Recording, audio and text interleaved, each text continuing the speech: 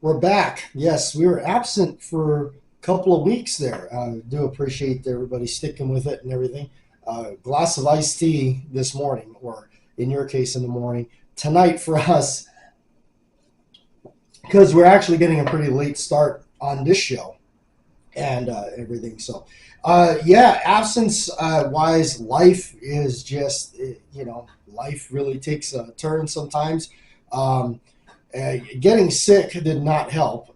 Getting sick was definitely not part of the plan. But everybody be careful out there. There is some nasty viruses going around. I definitely, unfortunately, got it. But I'm okay now. And a friend of mine is a doctor. He was actually informing me. He says, actually, some pretty nasty stuff going around. A lot of weird stuff that he's been seeing down there at the hospital. So, anyway, luckily, I was not in the hospital. Knock on wood. There's wood under here, right there. So, anyway, we're going to go ahead and read your comments because your comments have been backed up for 2 weeks now, right? All right, this one here is from Mickey Mantle. Good morning, Batjack JW and comrades. Praying everybody's weekend goes well. Absolutely love the Saturday morning talks. I keep telling myself I don't need anything else. Also, yeah, I've definitely been on that road that I'm not really going to be looking at anything else. Of course, I got a lot of other priorities in life, and so a lot of the things with firearms are definitely taking a back burner for me. Not going to be a priority for sure. Not going to be really doing much with them. My main priority would be family, so that's got to come first, and I'm sure a lot of people understand that. So then my curiosity is piqued, and I go off to the local den. Today it's going to be a discontinued G28, but I love the older classics, Colt, Smith& Wesson, Ruger. Definitely hooked after shooting my first shotgun over 45 years ago. Blessings, yes. It's funny. I used to like shotguns a whole lot more when I first started kind of shooting, and then I just really disliked them. I don't know what it is. Maybe it's just because it feels like such a cannon in your hands. I don't know, but I really just don't really have much of a like an interest in them. Yeah, I have the one, the Steve McQueen one. I still have it for now until it probably gets sold off. Uh, Slim Fire, morning JW, and that Colt's definitely got some beautiful blue finish on it. The H110 powder does make some hot loads. Yes, hot loads. Have a great weekend.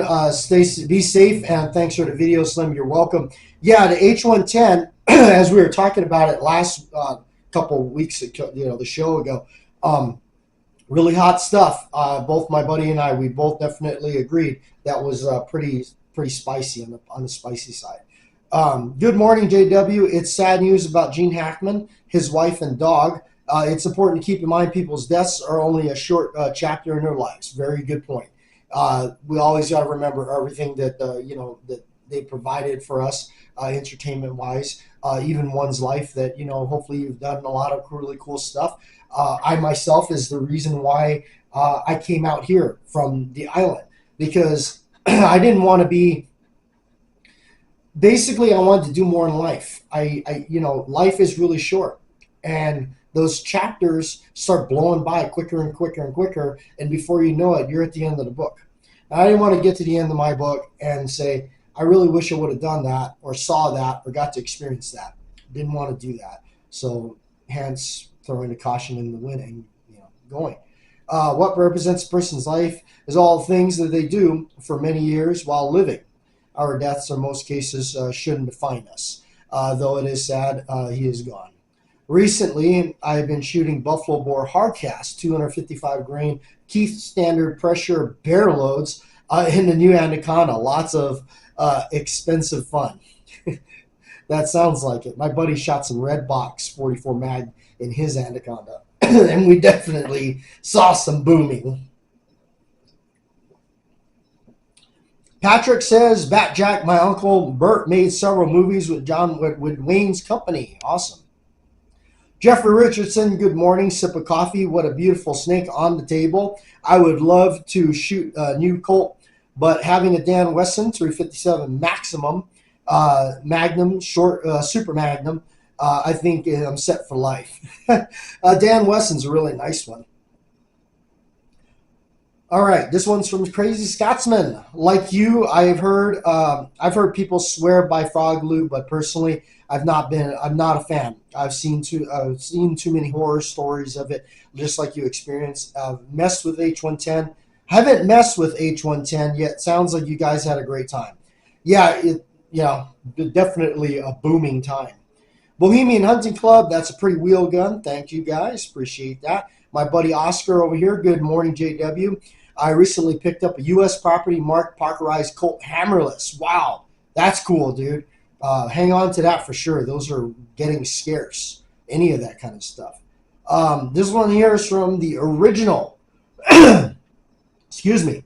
The H110 is great for full pressure loads for sure. I've been using Alliant powder a lot lately for 38 special, 158 grain laser LSWCs. Forgive me, I'm probably drawing a blank. I know what that means. I probably just can't figure it out right now. Around 950 feet per second in 44 mag to about 1100 feet per second from a revolver with 240 grain. I think they're good 357 Magnum loads. As a side, I could swear that I subbed to your channel previously, but it seems I have fallen off. Fix that. Well, I'm glad you fixed that. I'm glad you're still here. It does happen. I have been subscribed to people in the past, and I wondered what in the world has happened. Where did they go? JW here. Excuse me. JW's got a long comment. Hopefully I can make it through it. My voice is getting hoarse. Here are a couple suggestions for 4-inch revolver fun. First, in 22 LR, the most recent iteration of the recent iteration of the high standard Sentinel is something I can immensely enjoy shooting without worrying about wearing it out. That is true. Those are nice. You know what? I think I carry one, has one, and I think I tried to get it from him one time. Compared to the Colt Diamondback or Model 17, in somewhat crude, but they fit my big mitts quite well. Apparently, Colt designer was recruited to high standard, as his influence can be seen in the Sentinel models. One of the most comfortable grip designs I've had. I know you've been disappointed with your luck in firing rim fires, basically referring to the revolver luck that I've had. Yes, I've had really bad luck, so I haven't divered into that. Although my buddy that has the 17 that we showed on the show, I did shoot that. It's really nice. It does work really well. So but then again, I'm like on that I'm a little like on that hesitant side, because I'm like, I'll go and buy mine and mine won't work. So I can't say anything to convince you of any superiority in the Sentinel, but I miss mine terribly. I gave it to my dad because I knew he loved having it and I expected it to come back at some point in the future. Well, that's good. You did a good thing. And when he got sick and died, his widow gave the Sentinel to her son from previous marriage and never asked me if I wanted it back. Oh, that's a darn shame. Sorry, man. Now I have no idea what became of it. Now, on the other hand, I have a special Smith & Wesson 4-inch model. That is a rarity. It is. Most of the time you see them at 6. But completely shootable due to some butchery done to it long ago, or long before I found its way into a pawn shop. Its caliber is less familiar and popular, but perfectly usable, especially for me and you with our affinity for 29s. The factory trim, it's not to my liking, but a friend supplied a pair of Target stocks, and that made all the difference. Yes, good grips make a difference for sure. The gun is a Smith & Wesson Model 58. The original intent was for it to improve police carry duty revolvers, empower recoil. There were too much, and it failed to develop a following. the 41 Magnum has been overshadowed by the 44. That is very true. I do believe that. It's been very overshadowed. That's too bad because they're so nearly interchangeable. The 41 is actually caliber, while the vulnerable 44 is truthfully a 43 caliber. That is true. Yeah, it's like a 429 diameter. Most designs 410 or 429. Who's going to be able to distinguish the difference at 50 yards? There are 10 grains of bullet weight difference between 41s, fast 44s, 170 versus 180. The only thing I need, my 58, is smooth target trigger, since I've gotten used to my 629. It came the fact that we can readily fit our revolvers to our hands is a real plus. Yes, that's cool. You know, I even had this this Smith. What the heck was it? It was one that somebody had taken. It was a 22 Jet. It was a 22 Jet, and it had been converted to a 22 LR. It didn't work worth a damn. That was another failure. Lion Quest Fitness.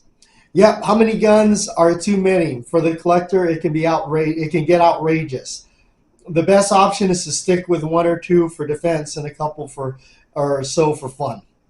The man who tells you you can't own too many guns is like one addict talking to another. Yeah, or another addict. Yes, that is true. Warren says, "Hey, Bad Jack, I hope you're well. I am better now.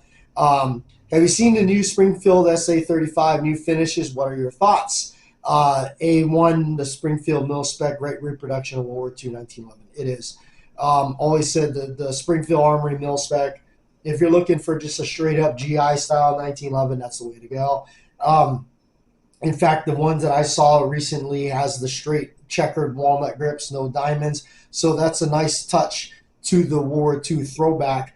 Although, you know, as we know, during World War II, they were using the keys like composite grips. But before that, they were actually wood. They were wood panels. So, you know, go figure, you know, kind of a little bit. I think the wood dresses up a little bit nicer. But if you want that authentic World War II look, they sell reproductions of those plastic grips. If you're going to go get a set, the one thing that I could recommend, if you find that they're a little too light in color, they're too light brown, and as you know, the originals were more of a darker reddish brown, what you can do is take a couple of things of RIT, I think it's RIT or RIT, fabric dye. Go to like your local fabric store or craft store, buy those. Get a red and a brown. Mix a little bit of the brown and then just throw in some red. Always start light, you know, if that makes sense. Start light because you can always darken. You can't exactly lighten it once you kind of dip it. But, you know, if you're going to experiment, I think those plastic grips are fairly inexpensive. So get a couple pairs and then see what happens. You could almost, you know, make them two-tone if you want. And, you know, so that's always cool. Make it a little different. Make it yours. DB says, top of the morning, Sean Lee. Morning, y'all. I do love your, you know, assuming you're talking about the Python.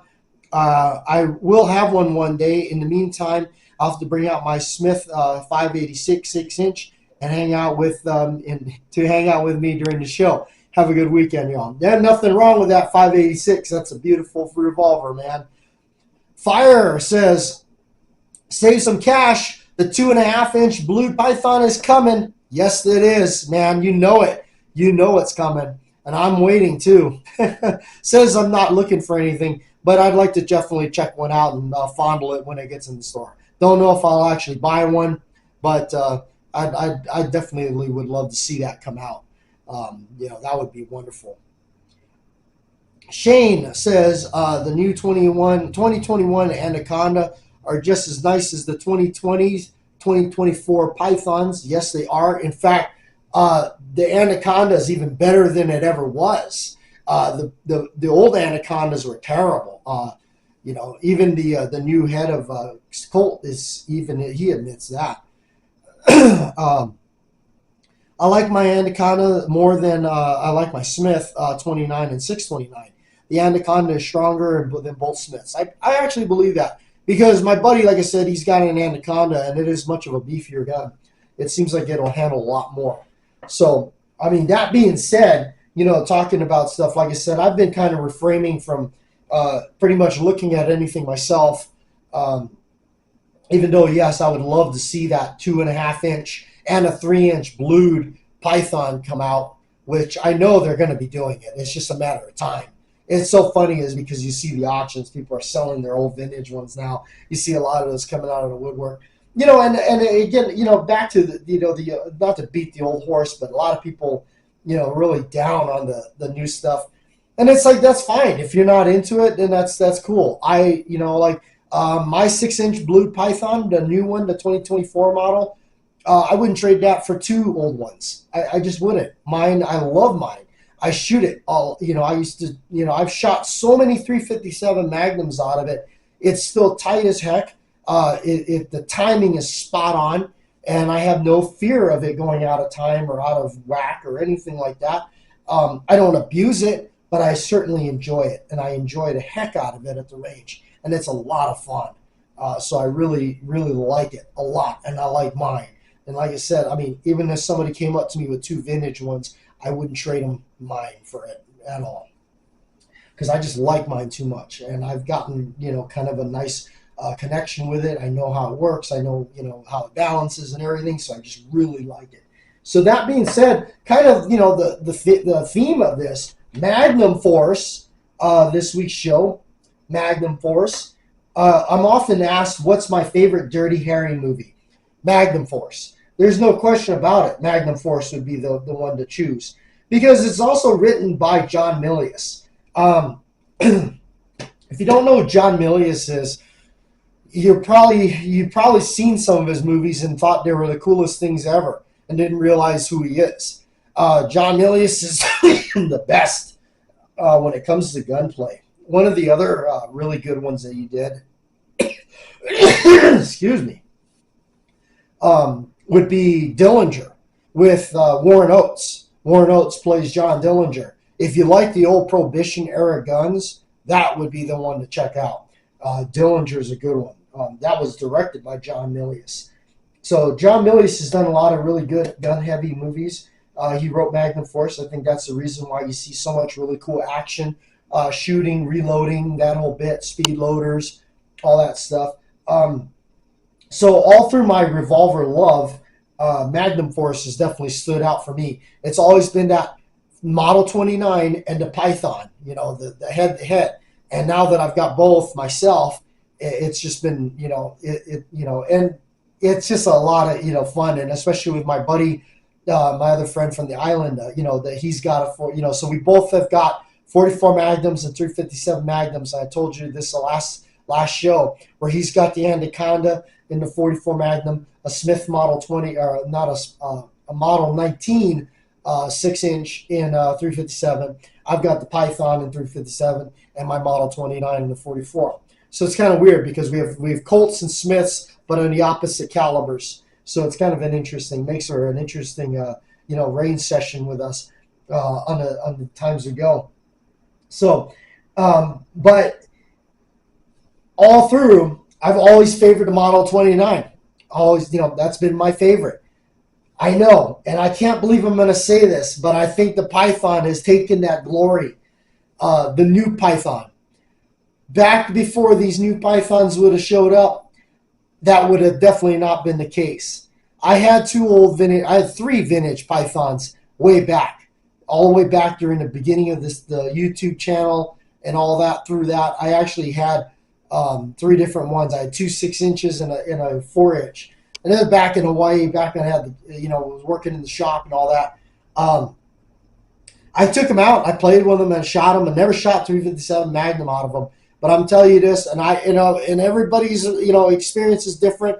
I don't know what kind of wear and tear were done on the 2 that I had that I was shooting, because I was shooting a 4 and a 6-inch. Both of those went out of time on me. I'm just going to say it. Both of them went out of time. I know some people will claim that they've got thousands of rounds through it and they've never went out of time. Good for you. I don't know what to say about that. But it is just the fact. It's kind of interesting too, and I'm not really trying to throw shade on him per se, but I know, but when like Bill Wilson with Wilson Combat, he likes the Colt Python, and in fact, if you read his book called Gun Guy, Ken Hackathorn wrote a forward in that, and he actually knocks the Python himself, saying that I think he called it some fragile revolver, but Bill seems to like him. Bill Wilson actually was in a video talking about Pythons, and he actually did say about them going out of time. But then he said there was a fix that you could do, something about the trigger and the travel. And the way he's made it sound like was just, it's just a quick little this and that, and just kind of, there it is. And it's like, I kind of looked at that and said, well, what the heck, man? I certainly don't know how to work on them. And it's easy for him to say that because he's a master gunsmith. I mean, heck, look at his company, look what he's done. So that's fantastic. But not fantastic for, Joe Schmo, myself, what do I know? I mean, I'm sitting there, I don't know. I have a screwdriver set and I have a jack-o' mind. I don't know what I'm going to do. I don't know how the first way to start with messing with one of those, let alone nobody really wants to start screwing around with their Python like that. So, I don't know. I mean, there was always something like that to be thrown out there. I talked to an older gunsmith. He wouldn't even touch them. He said, I refuse to work on them. They're too finely tuned, and that's as that is a plus, it's also a downside, that they were. But I had no problem with this new one. Love it, absolutely love it. It's one of my favorites. So kind of interesting, interesting chat and talk about that and everything like that. So, but like I said, back on for me wise, what's been going on. Family's been most important, especially my mom. Going out and seeing my mom and spending more time with her. As she's getting older, life is getting, trucking on really fast. All my life she's worked and worked and worked, and I've always felt, always remember seeing her, just working the grind. She would be up at 4 o'clock in the morning, getting ready, and all through my, to high school years, I remember that distinctively. Even back when I was young, snot-nosed kid, she, be up at 4 a.m. Boom, she's getting ready to go into work. She's, out the door by 5, because she's got to be at work at like 5:30 or something like that. She'd always get off at 2, or not 2, but 1:30, and be home by 2. And that was just kind of, all through my, life. She worked the same job for over 40 years. So she was, she was pregnant with me while she was at the same job, and like I said, that was over 40 years ago, well over 40 years ago. So it's hard to think that, when you look at it in time, how time is passing so quickly. And it's like to think that my mom retired. When did that happen? My mom, of all people, the workaholic, the person I remember that was just like that, strong like bull, and keep going and keep going and going and going, and then just trucking along, man. I mean, sick or not, going to work, And then, all of a sudden it's like, hey, your mom retired. What the heck? My mom had a knee replacement. What's going on? So it's just, it's just the time, goes by. So when I realized that I need to spend more time with her and go out and see her more throughout the year, that becomes my priority. That becomes something that I need to focus more on. And that means basically, for me, and I always will love firearms. They'll always be something that I've always enjoyed. But it comes down to where buying something new basically could, affect, because, we're working class, stiffs myself. I'm a 9-to-5er. I'm a paycheck to paycheck. So I need to spend that money instead of being selfish and spending it on myself and, doing that kind of stuff, which I've done plenty of. I need to think about, that's money I could be using to go see her and spoil my mom for a change instead of, doing something, because all my life, my mom has spoiled me. All my life, she bought me whatever I wanted. You know, if I wanted something, she, you know, she could make it happen. She made it happen. You know, she made sure. So, but you know what? Now it's time in that point in life. It's time I need to return that favor. It's time I need to do that for her. Now that she's on a fixed income and she's retired, she doesn't have that luxury anymore. But now I'm going to make sure that luxury happens at least the best that I can and do it and buy her stuff that she wants. Or when I go over there, make sure that I have the money to where we do whatever we want to do, and you know, she can have fun and it's not going to hurt her financially. I can still make more money. She's on a fixed income.